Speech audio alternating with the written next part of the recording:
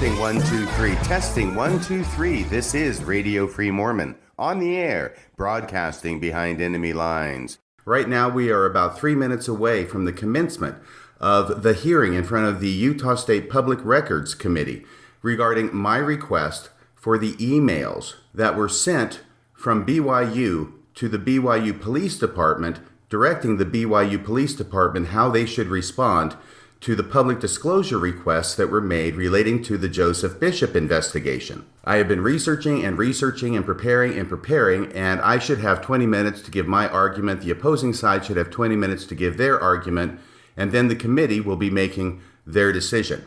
The date is Thursday, May 14th, 2020. It is almost 9 o'clock a.m. Mountain Standard Time. I am comfortably ensconced in my underground bunker by the telephone, waiting for the phone call from the committee to begin the hearing. Oh, here we go. Please mute your phone. This call is being recorded and streamed.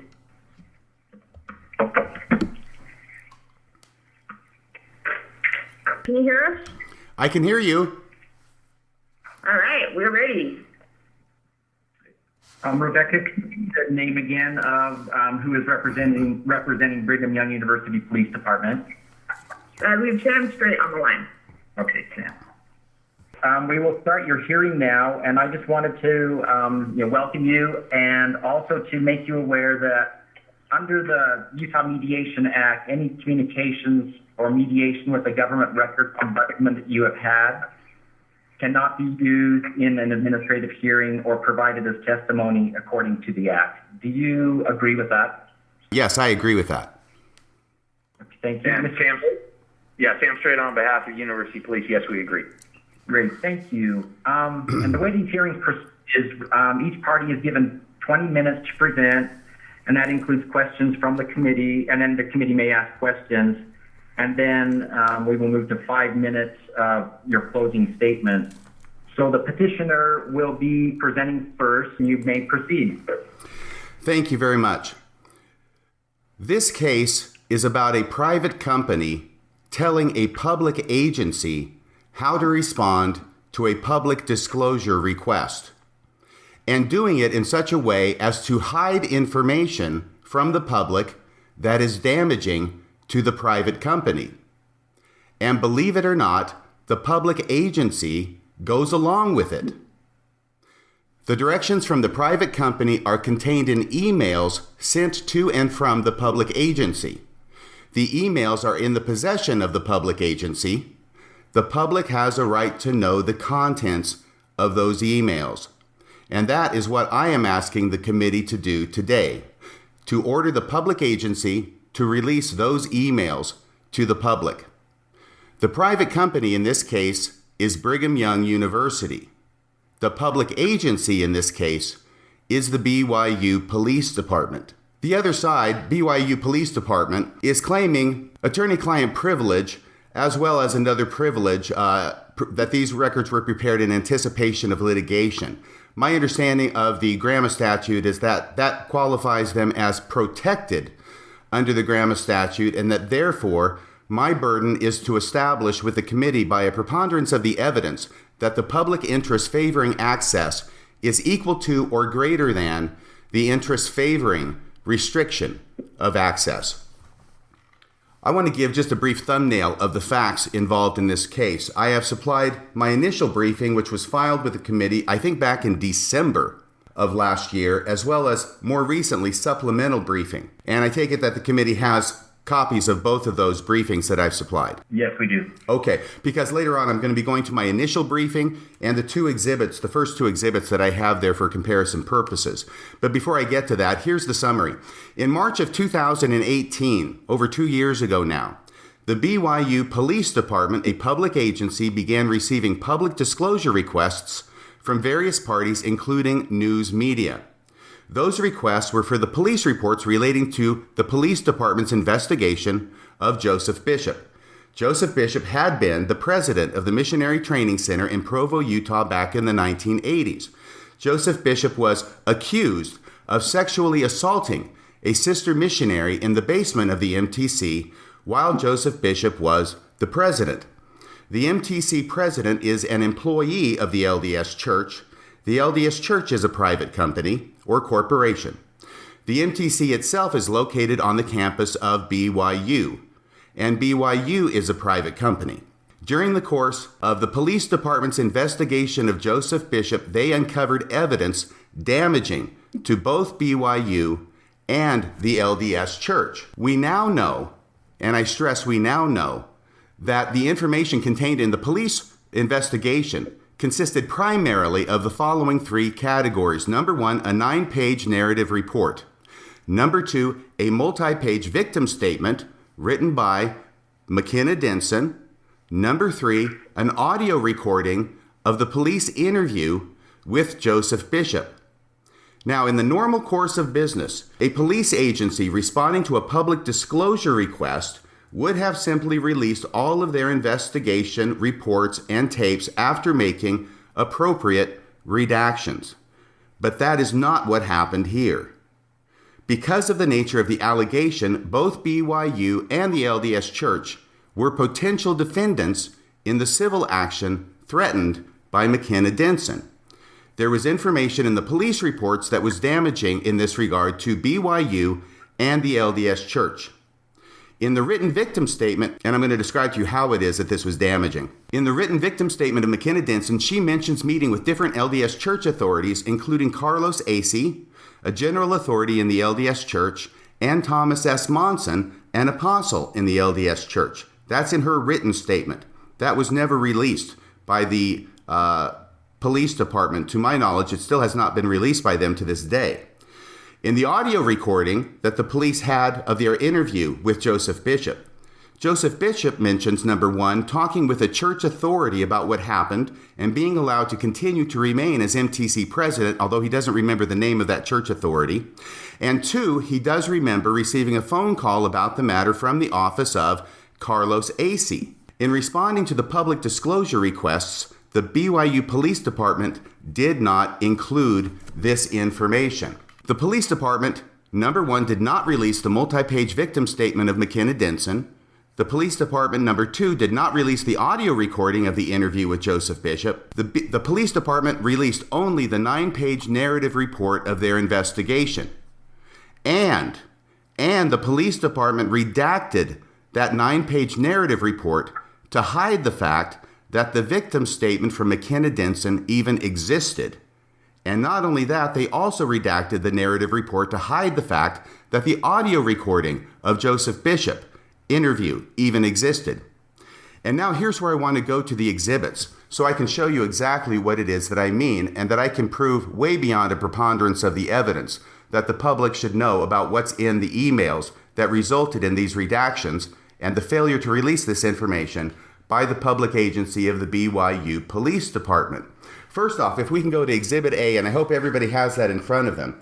Exhibit A was the first police report released to the media because initially the media had made a request for the investigation, and this is the first thing that the BYU PD released. Once again, it's only the 9 pages of police reports, and then shortly thereafter, the media pushed back and got a second release from the BYU Police Department, and that again was only the 9-page police report, but it was redacted a little bit differently. That's Exhibit B. Exhibit A is the first release, Exhibit B is the second release. So Exhibit A, for comparison purposes, if you look at page 1, there are certain redactions in this document. Those are all appropriate redactions.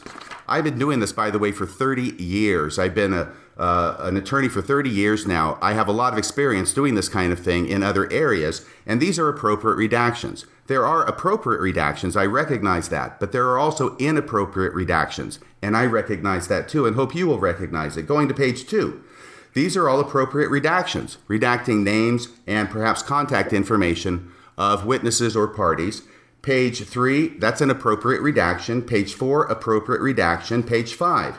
Now we get to more of a narrative report. And once again, we see in page 5 that these are appropriate redactions.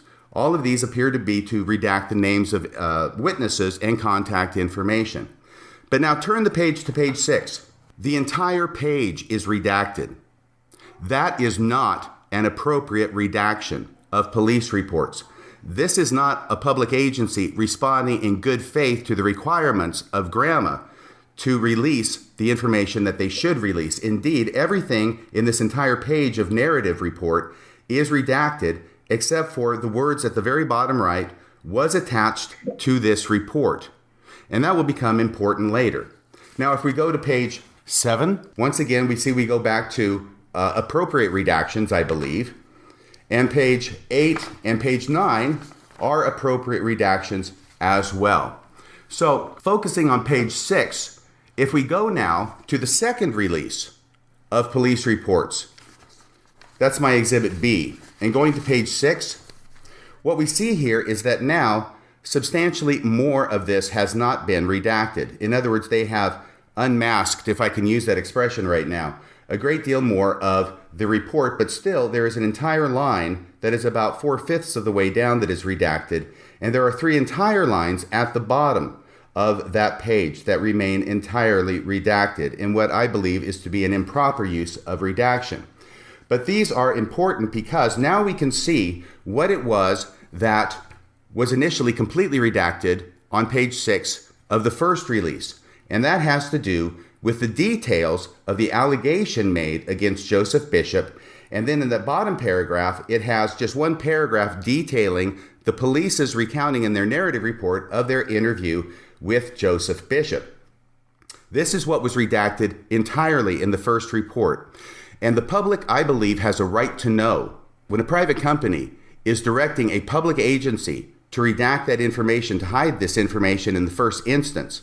The public has a right to know the contents of those communications and those directions.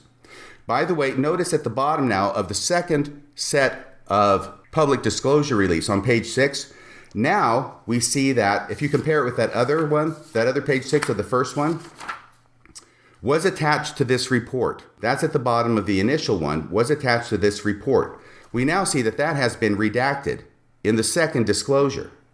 That has been redacted, but we know that it relates to their interview with Joseph Bishop. And the reason we know that is because similar language was used elsewhere. Once again, going to my first exhibit, the initial release, what we see on page 7, if you can get to page 7, this is the first release, Exhibit A.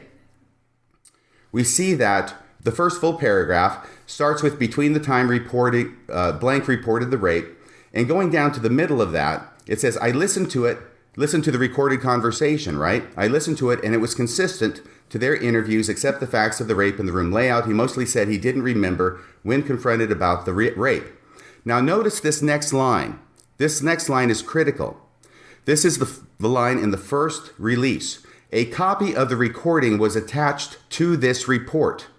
Refer to the recording for more details.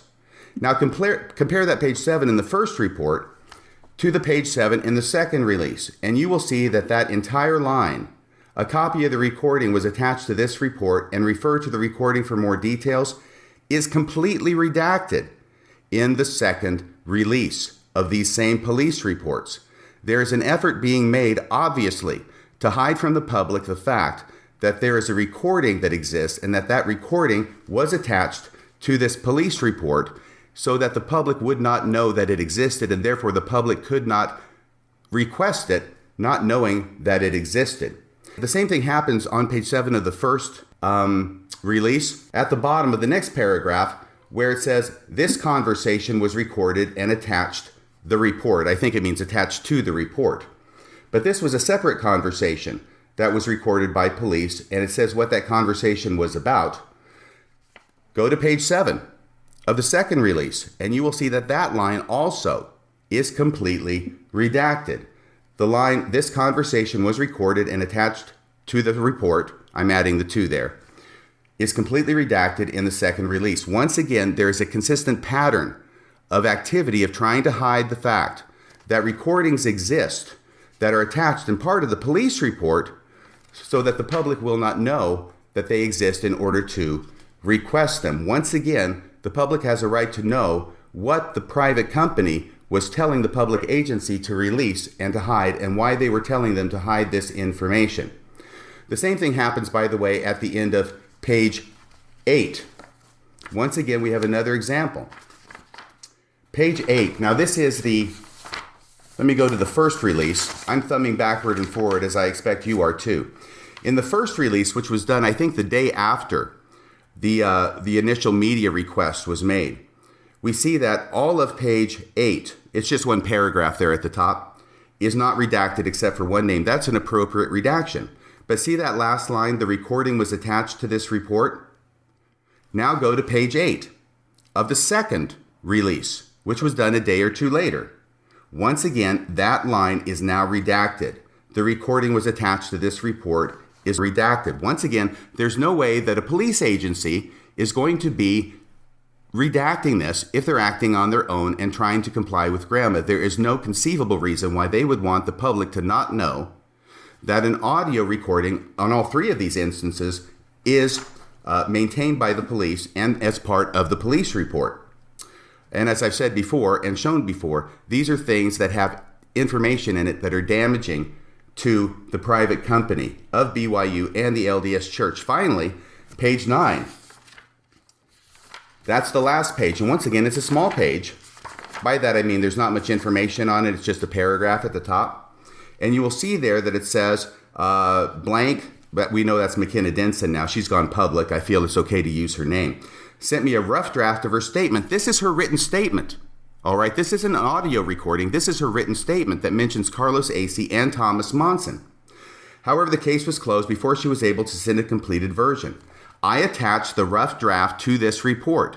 See, her rough draft of her statement that mentions those things was attached to this report. It was in the original of the disclosure of the police department to the media. But then on the second and subsequent disclosure, a day or two later, look at page 9 on the Exhibit B.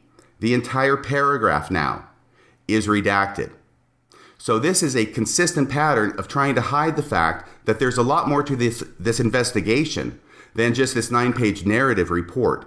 And in fact, there's multiple audio tapes. There's a written statement by the complaining witness, by the alleged victim. And we know now, 2 years later, that these audio recordings and her written statement contained information that were damaging to the private company that was directing the public agency to redact, to make these redactions. And I say that only because there's no way that any police agency would ever do this.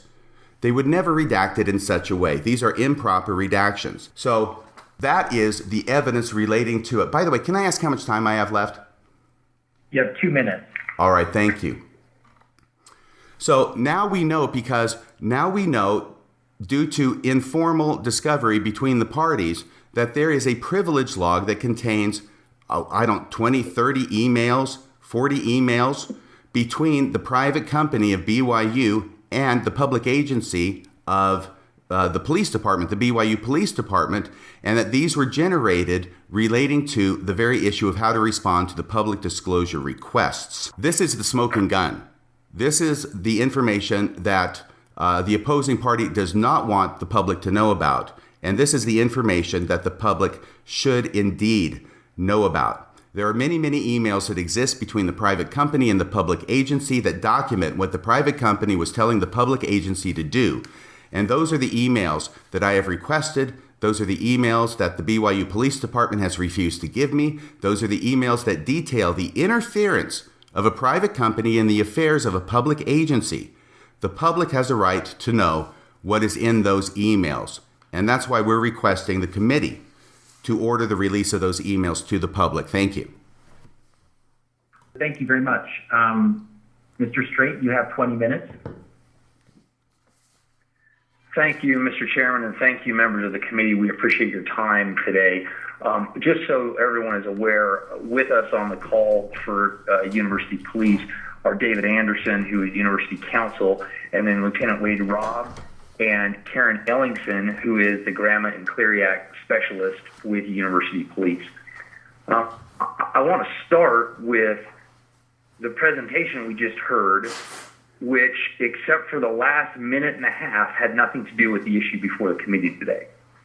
It was a rehash of issues that have all been completely disposed of and resolved with multiple parties and are not at issue today. By his own acknowledgement, has resolved his issue related to the audio and video recordings. The other parties have as well. KUTV has withdrawn its appeal. The only issue before the committee today is whether a handful of emails between Brigham Young University lawyers and Brigham Young University employees are privileged. The answer to that question is a clear and unequivocal yes. I will just take 1 minute to put to rest this description that was provided in petitioner's opening statement. Far from some nefarious plot hatched by university police and BYU and the Church of Jesus Christ of Latter-day Saints, the decisions on what to release and when to release it relating to these recordings were undertaken by university police and counsel for university police in connection with the state records ombudsman that university police contacted not once but twice in March and then again in April of 2018 to make sure they were complying appropriately. And only then were things released. And as the committee is aware, and I don't want to relitigate this issue either, at that time, university police was not even a governmental entity subject to GRAMA. That didn't happen until May of 2019. So far from any conspiracy, this was done in consultation with the ombudsman and done appropriately, and redactions were made appropriately, etc. But irrespective, that's not an issue anymore. No one is disputing that the information has been appropriately released as we sit here today.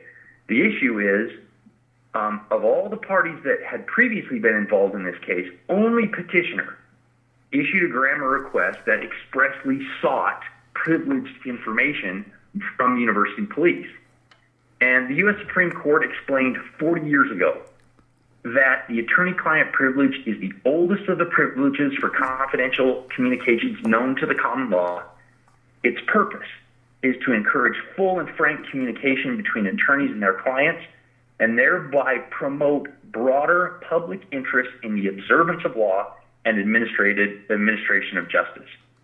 GRAMA expressly includes protections for both the attorney-client privilege and the work product doctrine that university police appropriately asserted pursuant to sections 63G-2-305-17 and 18.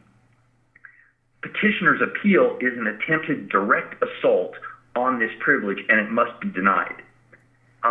In essence, distilled down, petitioner's arguments are really that adding university employees who are not employees of university police somehow breaks the privilege, and that BYU's lawyers, including myself, cannot represent university police.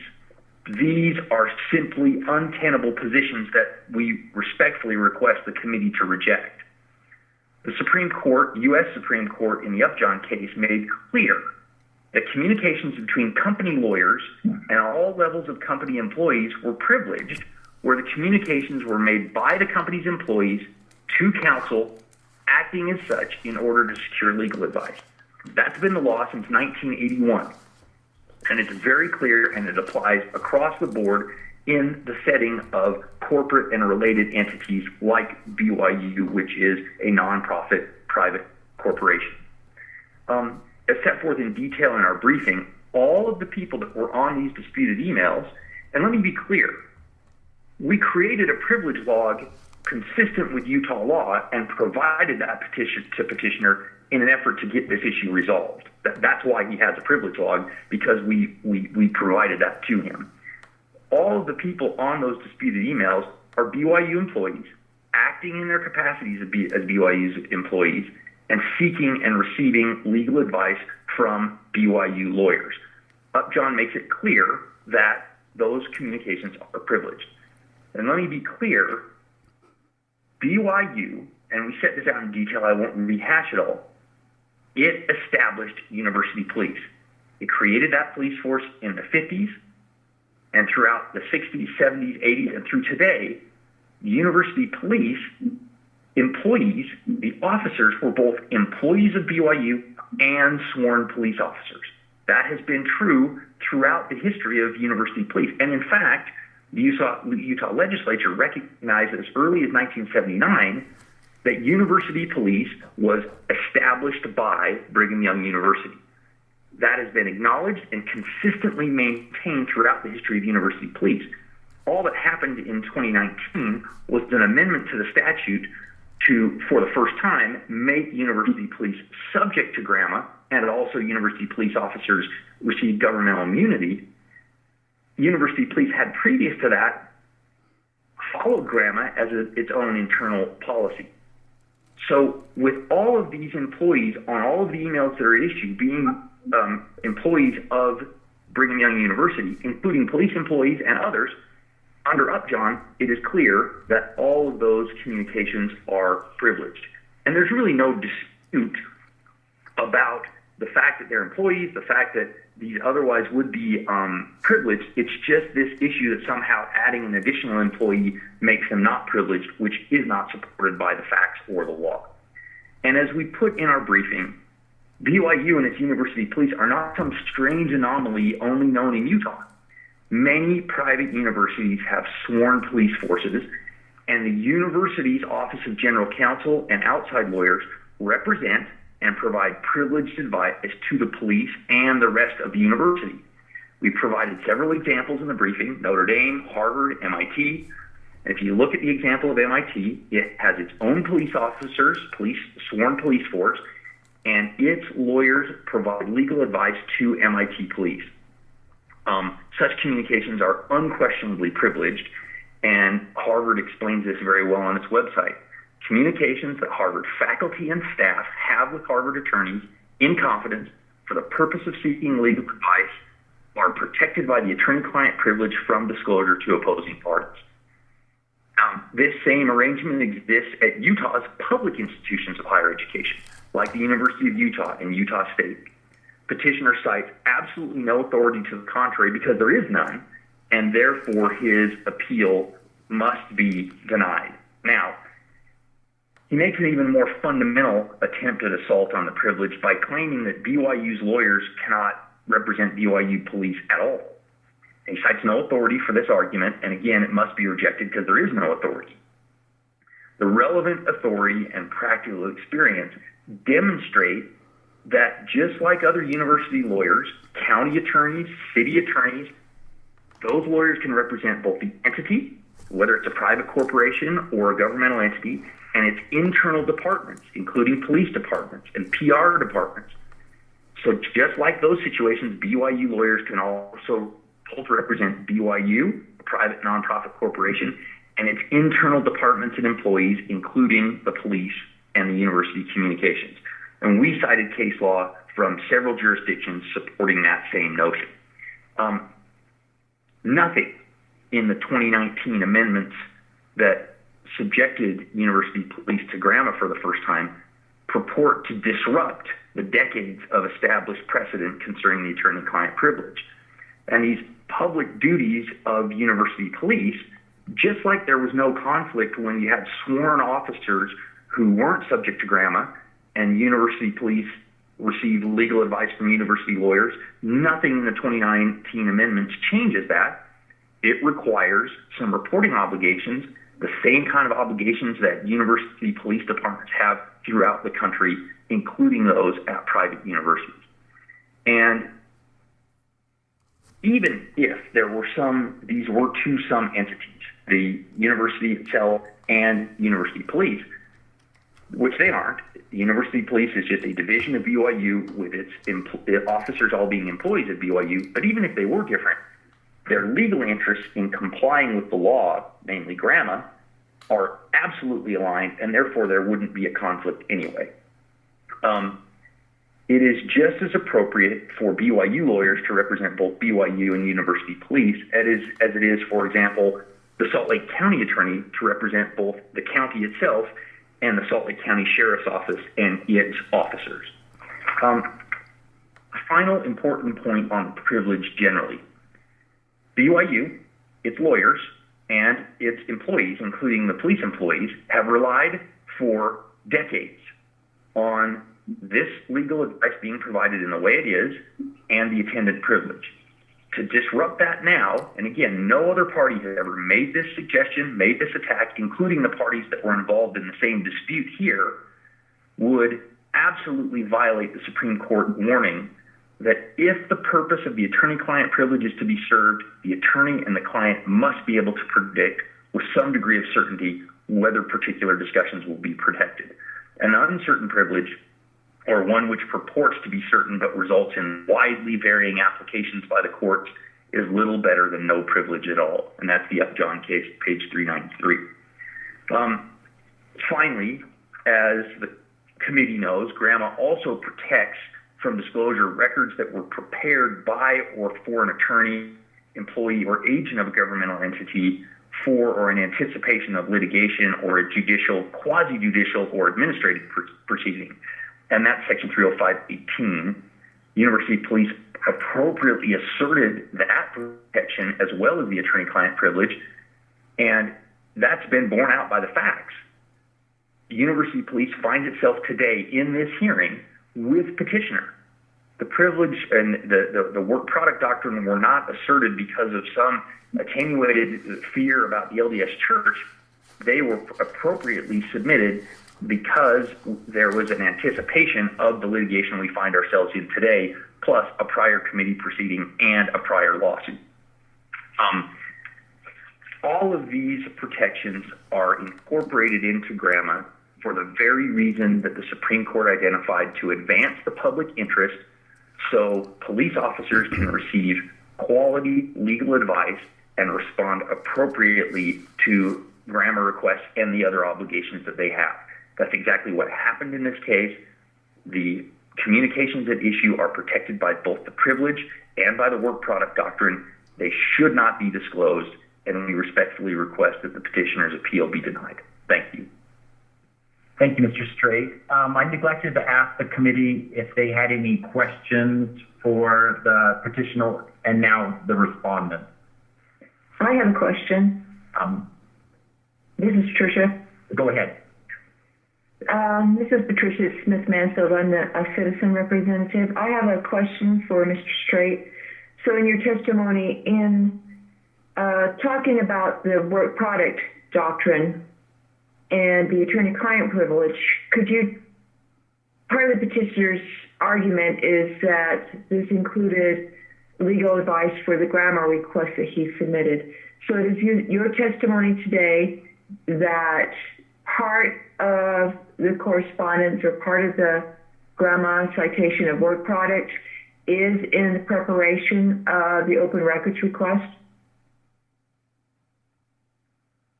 I just need to Yes. So some of the emails that are at issue are around this time that there were multiple requests for the records that are at issue in this case, and so therefore they do relate to the records that are at issue in this case. Yes.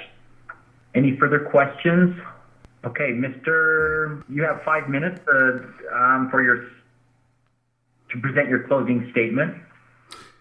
Thank you. First off, let me address the Upjohn case. The Upjohn case has no bearing on this case. I think that we're agreed on the holding of the Upjohn case, that if an attorney represents a corporation, then they can also represent all the different divisions of that corporation. However, the Upjohn case does not deal with the critical distinction here, which is where one of those claimed divisions of the corporation is at one and the same time a public agency.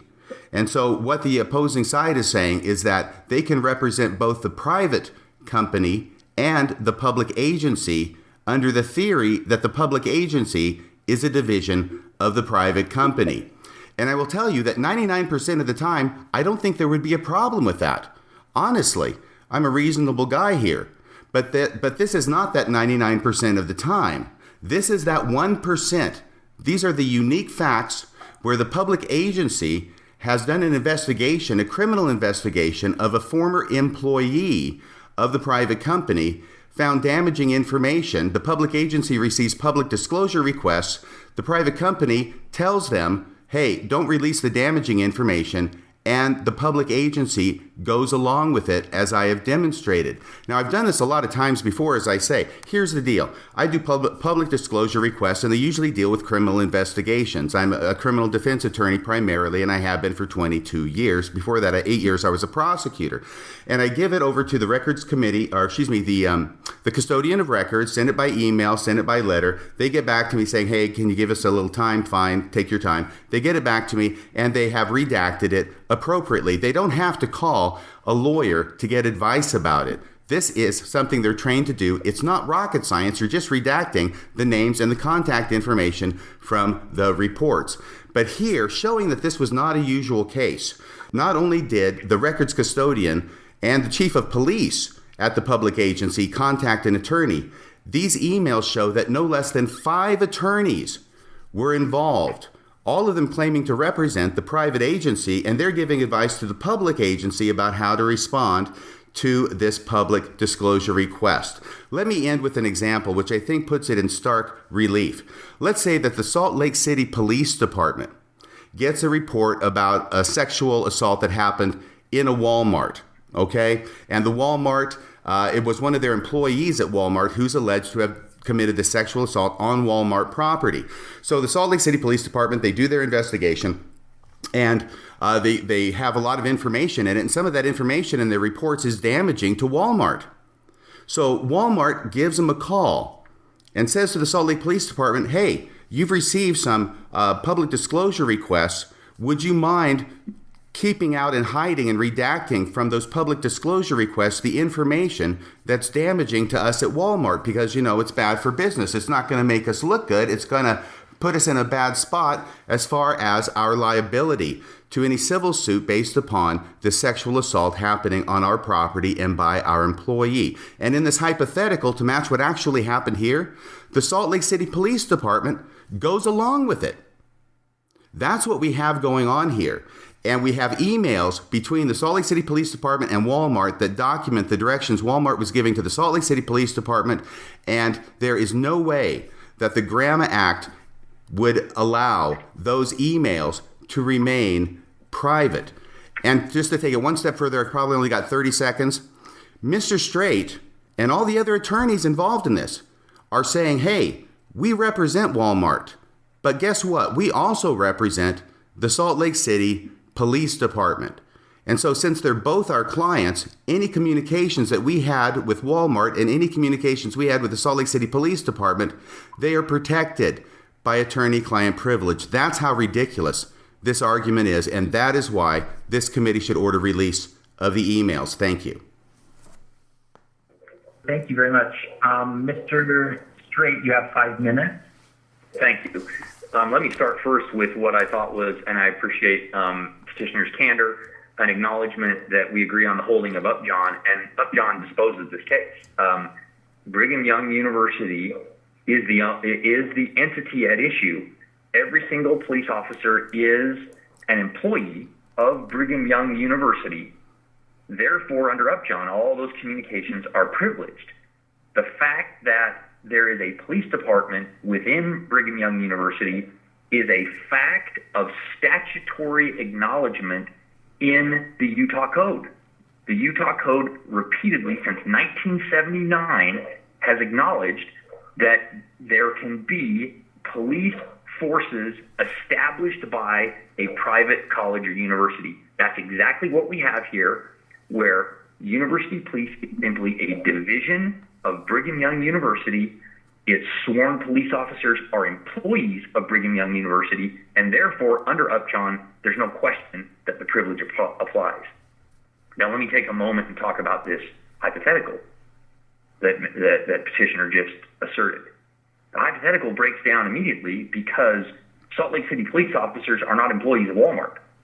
The hypothetical has no application to what we're talking about here. What we're talking about here are an entire set of Brigham Young University employees, which is memorialized and acknowledged in Utah law by statute, who are a police agency established by Brigham Young University.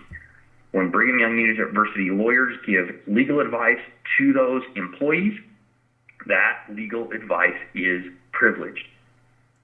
I think the if we just turn back to first principles and understand the importance of the attorney-client privilege, that allows corporations, entities, public entities, private entities to receive legal advice and obtain legal advice so that they can make the best decisions possible in compliance with their legal obligations, that fosters the public interest and the interest that our society has decided for.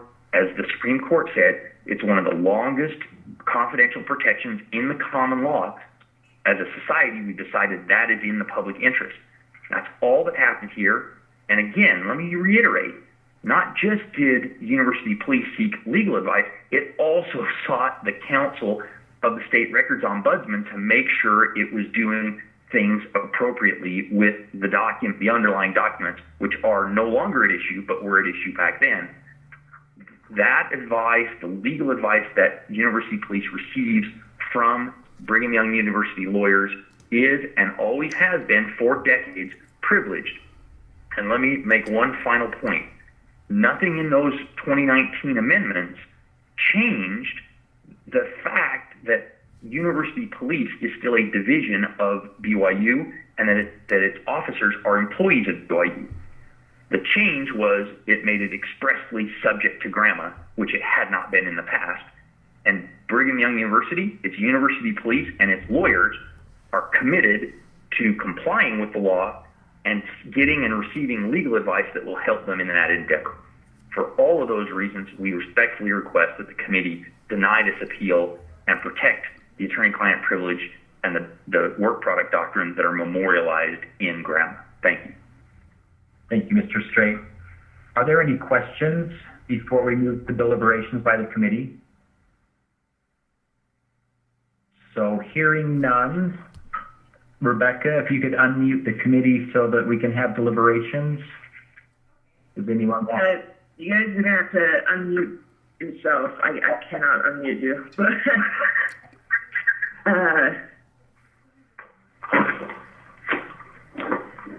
I would ask the committee if you have to identify yourself if you ask a question or speak. This is Tricia.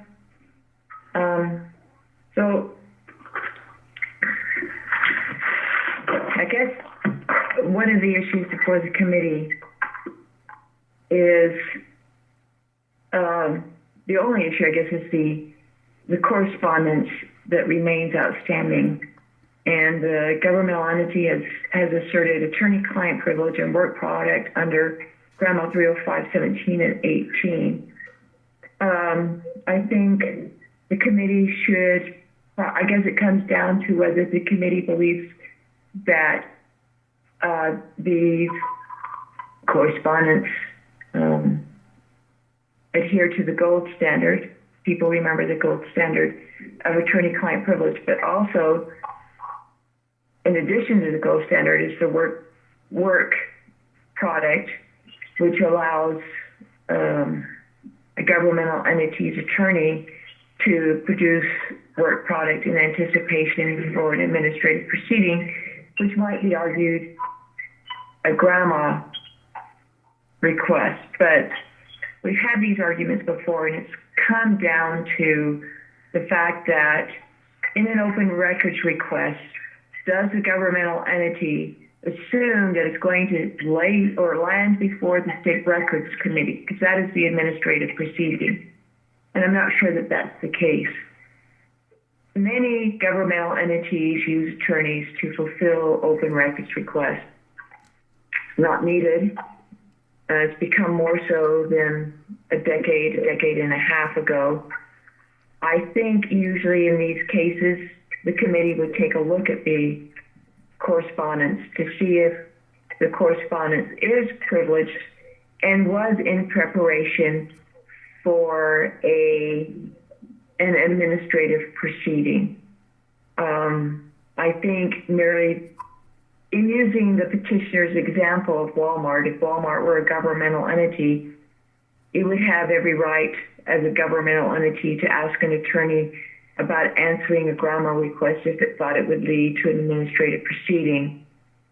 We don't know that unless we see the correspondence. We don't know that they adhere to the three prongs of the gold standard unless we see it. And that's why generally we look at the correspondence. I guess that's what would be discussion first, is that the committee would like to see. I guess there's 40 emails that are part of that correspondence, or 40, I guess, probably emails related to the correspondence, which may include both of those parts, gold standard or an administrative proceeding work product, or may not.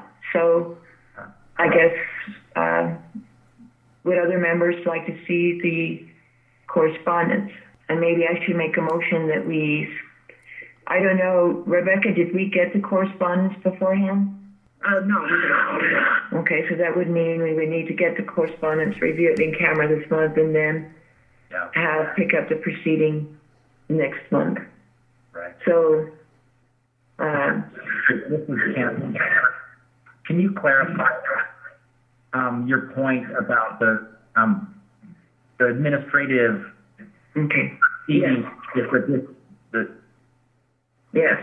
So, A bit of what you said there. okay, so if you turn to Grandma, 305, 17, and 18. 17 is the records are subject to attorney-client privilege. This is the part that the correspondence would have to adhere to the gold standard. Now, I don't know if including it could maybe be a discussion including other BYU employees voids the gold standard between client and attorney. That could be something the committee could discuss. 18 is records prepared for or by an attorney, and that lists others, in anticipation of litigation or a judicial, quasi-judicial, or administrative proceeding. The records committee is an administrative proceeding. Right. So fulfilling a ground mal request in itself is not an administrative proceeding and wouldn't be privileged under 18, but correspondence relating to presentation before the records committee is an administrative proceeding and might be covered as protected under 305.18. And that goes to your most in the record. Yeah, I think we should see the records in camera, because usually I think when it's attorney-client privilege, we look at the records in camera because we're not that we don't believe, but we have a healthy skepticism in this particular classification, and seeing if that's the case, just make sure that the gold standards is adhered to and that these things are right on point. Right. Any other comments? This is David Brandon. I will second the motion to go in camera, review the records. So, having a motion before us, for that motion, then let me just clarify, is to review the records in camera. That would be the 40 emails. And Tricia, I think part of your motion, since the way this proceeding is now we're doing this electronically, we have no choice but to continue. Right. And that gives the committee time to review the records over the next month. And Rebecca, I think we would be continuing to the next hearing. That would be the June hearing. Yeah. Right. And so in that, it would be beholden to the BYU Police Department attorney to provide the executive secretary with that correspondence, I think within a week's time, because we'd have to review it before the next meeting. So I hope that would be possible. Mr. Strait, would that be possible to get the... And if appropriate, if I could just be heard on this issue, the concern I have here is there is no challenge that the underlying documents are privileged unless the committee accepts Mr. much higher level argument that including a different employee on the communications breaks the privilege, or that having BYU lawyers represent university police somehow can never be privileged. So under those circumstances, and under the Utah Supreme Court's opinion in Landon v. Allred 2014 opinion, in-camera review is not the default position. And so I'm just concerned that's not, given that there's no underlying challenge, that's not the appropriate way to go in this case. Mr. Straight, I'm going to stop you right there. Okay. Because both the petitioner and you also argued that these correspondence were related to answering the grammar request or the administrative proceeding. And so in addition to there being a third party, which may or may not break, I guess that would be what the committee would have to review, but also both sides set a claim stating that these were also in response to grammar requests. So the committee does have a right to look at the records in camera. There's nothing in ground law that establishes a prohibitive nature that you're arguing that the committee cannot review the records in camera. And I'm sorry, I was just trying to be clear. I'm just saying that I don't think that's necessary given the nature of the argument. Okay, so, thank you. No, what I'm asking is this is the committee's time, and so the committee will continue. Oh, no, I was trying to answer your question about when we could have them to you. I think we'd have to be in order and then decide what we were going to do. So we if we get an order from the committee today, then we would then make a decision on, how quickly can we get in-camera records or not. Okay, I'm going to defer to our own attorney. Paul, what do you think we can do in this instance, please? Try that out. Basically, it's just a case of, in order to determine whether or not they're attorney-client privilege, you just want to be able to take a look at the records. That's the best way to do it. Yes, but he's arguing that he will wait till the order is submitted to him, and then he will consider whether he can get them to us. So in that instance, I guess we have. Okay. If that's what he wants to wait on, we'll get it out within days. Okay. So the motion before us is to continue the hearing, to review the records in camera. And is that correct, Trisha? Yes. Okay. All those in favor of this motion, and we need to take a roll call vote. So I will call each member's name. So Patricia Smith-Mansfield? Yes. Tom Harrelson? Tom, I muted you. You're going to have to unmute your phone. Let's move on. Holly Richardson? That's a yes. She signaled. Yes. I'm David Fleming. Yes. And we're just waiting for Tom, Rebecca. Tom, can you hear us? I can. Can you hear me? We can.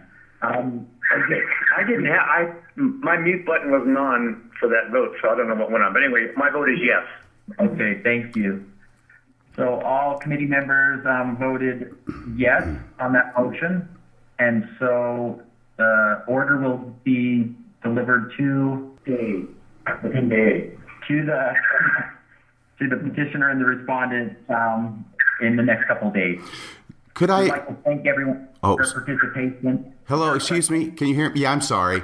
I had a motion of sorts as a point of order. Could I also ask, if it's all right with the committee, that the documents that are ordered to be provided include the privilege log that was provided to me, so that the committee can be assured that they have received all the emails that are represented as existing in the privilege log? Would that be all right? The motion that I heard was that the 40 plus emails be provided to the committee for review. Ken? Yes. That was not part of the motion. I suggest if the petitioner would like to submit that privilege log to us that he has, then we would have it. Well, I had to return my copy. To the respondent. Okay. So would someone like to make that motion? Other than okay, I'm not talking to the petitioner. Okay. I'm not talking to the petitioner. Okay. That's the committee. Patricia, if I understood what he just said, he says unless I misunderstood, does he no longer have that log? He had to return it to the respondent? No, he has the log in his possession, but he has to return it. He had to return it, so he does not have it in his possession now. Is that correct? Yes, that is correct. So if we request that log, I guess we'd have to request it to be sent from the respondent, saying the petitioner no longer has it, to verify that the emails match up what the original request was. This is David. I would suggest maybe that we want to.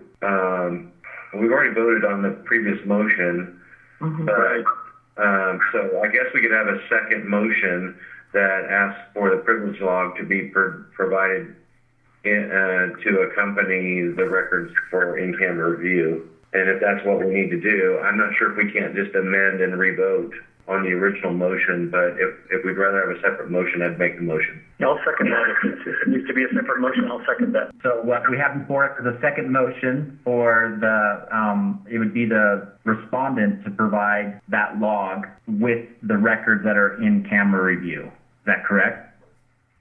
Yes.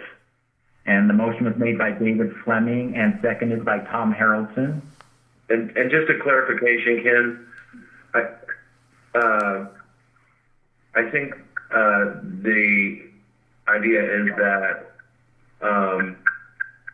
we will know for sure that we have received all of the records for in-camera review that were included in the privilege log, which I think is what's at issue, is whether or not the respondent can assert privilege on all of the records. Exactly. That's the purpose of the review. Exactly. Thanks for that clarification. So all in favor of the motion? I'll call out names again. So Tricia? Yes. Tom Harrelson? Yes. Holly Richardson? Yes. David Fleming? Yes. And I vote yes, Ken Williams. Thank you, all the parties, for participating in this hearing, and you should be receiving the order within days. So, thank you. Thanks very much. Thank you, everybody.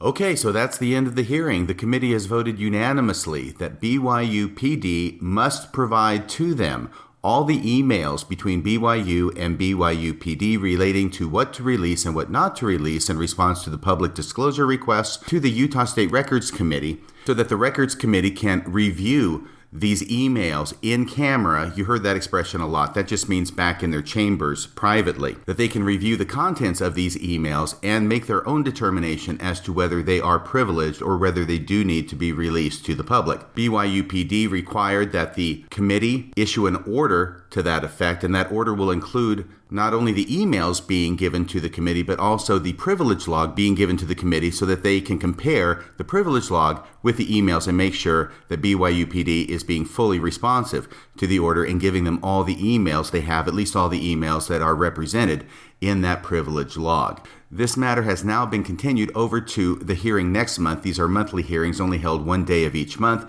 for the committee to make their final decision on what can and what cannot, what will and what will not be released of these emails to the public. And there's something else we're going to have to wait and see too. Once this order is issued by the Utah State Records Committee to BYU PD to turn over the emails to them together with the privilege log for their review of them in camera, will the BYU PD actually honor that order and do as they are ordered, or will they instead refuse to turn them over and appeal the issue up to the district court level in Utah? That's about all for tonight. Until next time, this is Radio Free Mormon, signing off the air.